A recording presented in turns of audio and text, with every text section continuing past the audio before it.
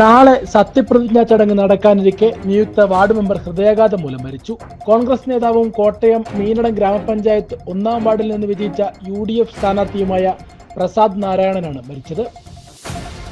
കോഴിക്കോട്ട് 6 വയസ്സുകാരനെ അമ്മ കഴുത്തു ഞെരിച്ചു കൊന്നു.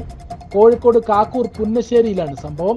KSFE ജീവനക്കാരിയായ അനുവാണ് UKG വിദ്യാർത്ഥിയായ മകൻ നന്ദഹർഷനെ കൊലപ്പെടുത്തിയത്. തുടർന്ന് അനു കൊലപാതക വിവരം പോലീസിനെ വിളിച്ചറിയിക്കുകയും ചെയ്തു. അനു മാനസിക പ്രശ്നത്തിന് ചികിത്സയിലായിരുന്നുവെന്ന് പോലീസ് അറിയിച്ചു.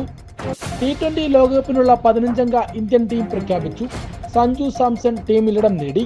അടുത്ത വർഷം ഫെബ്രുവരിയിൽ ഇന്ത്യയിലും ശ്രീലങ്കയിലുമായാണ് മത്സരങ്ങൾ നടക്കുക.